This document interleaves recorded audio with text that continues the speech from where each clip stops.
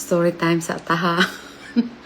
Ala, grabe kay pa kay. Diba gahapon, I made a video sa Ellen Pond. Tapos, nanguan may nag-fishing mi dito ba?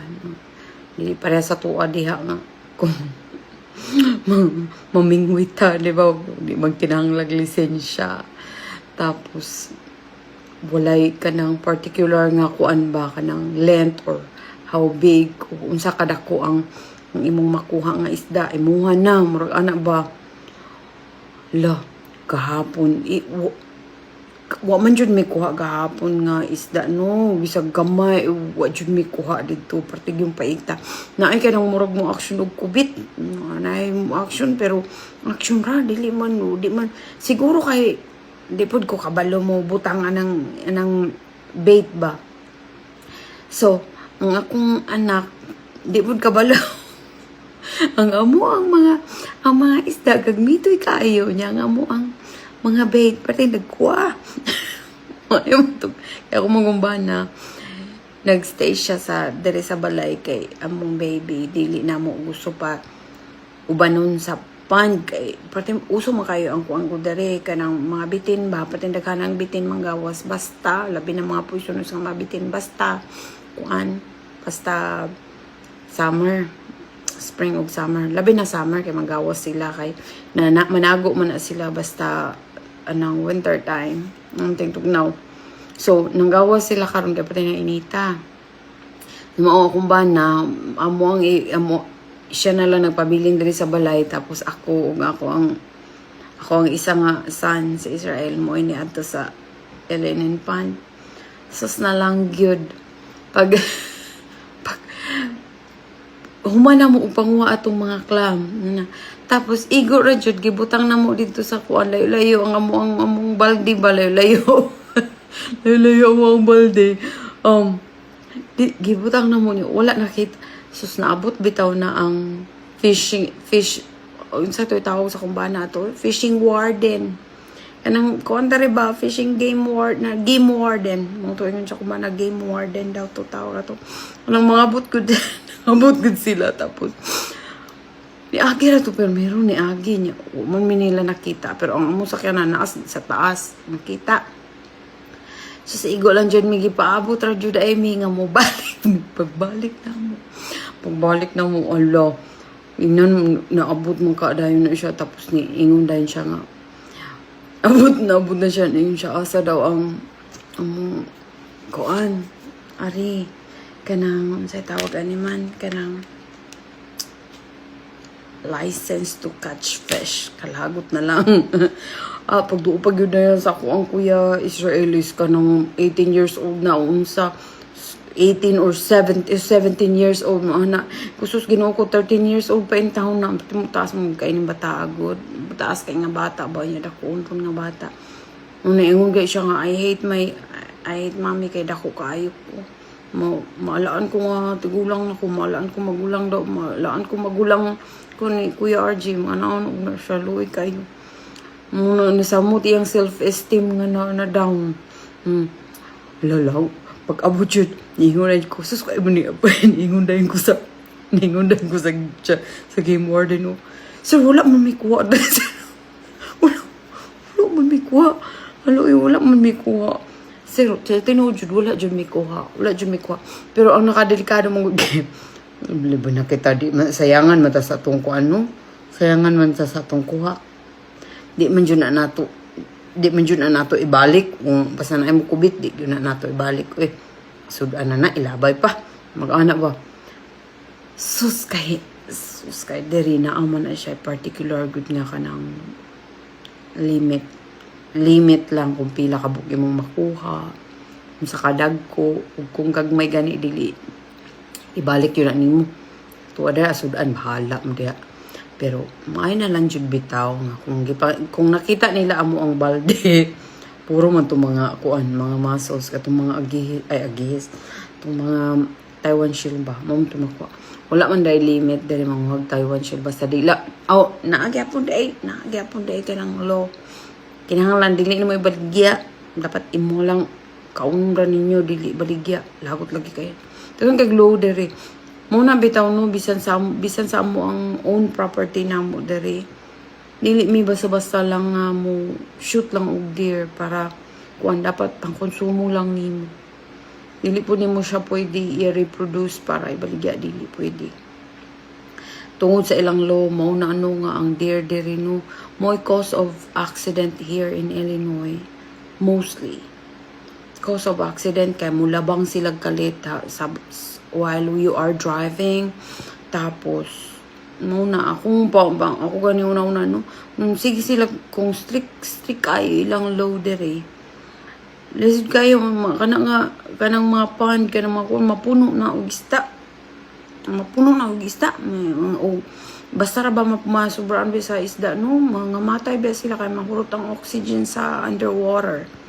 So dapat ilan na lang ng sobraan yun sila ka-strict dere. Tapos ang kuan pa about sa mga deer food na unta mi mga friends unta sa Mississippi nga mga nihidere kay dako lagi ang area namo, pwede sila nga manghunt ba sa mong area.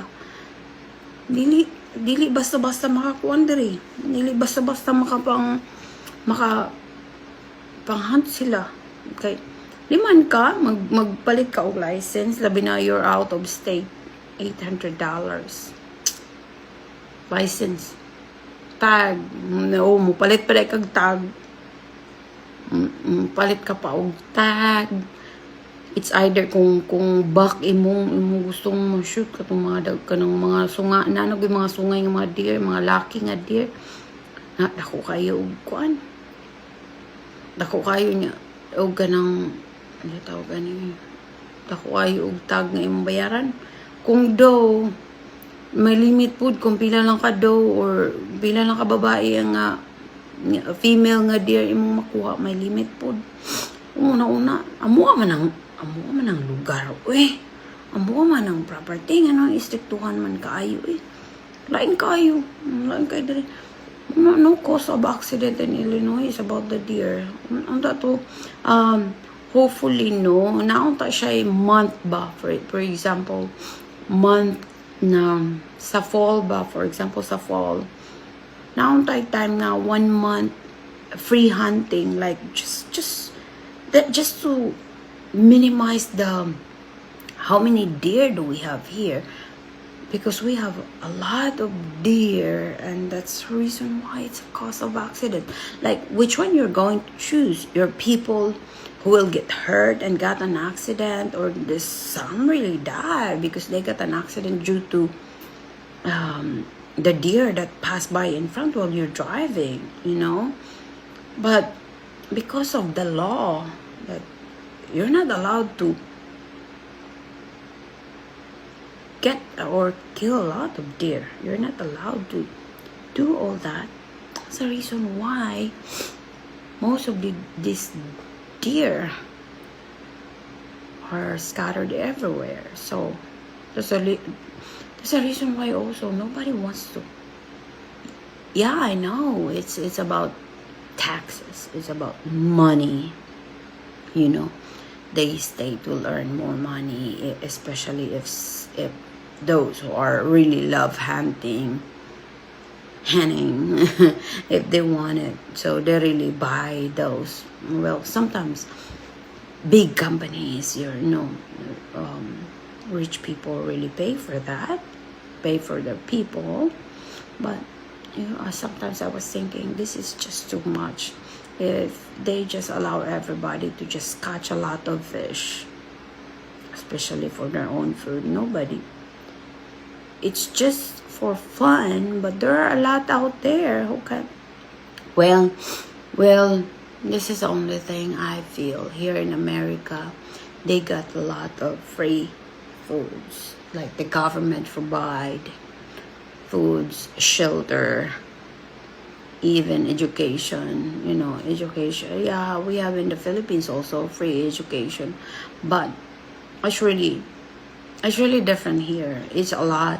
People are being pampered by the government, and that's the reason why maybe they just fishing and hunting and whatever. It's just for fun. They call it game. They call it like, that's what they do. That's why those who are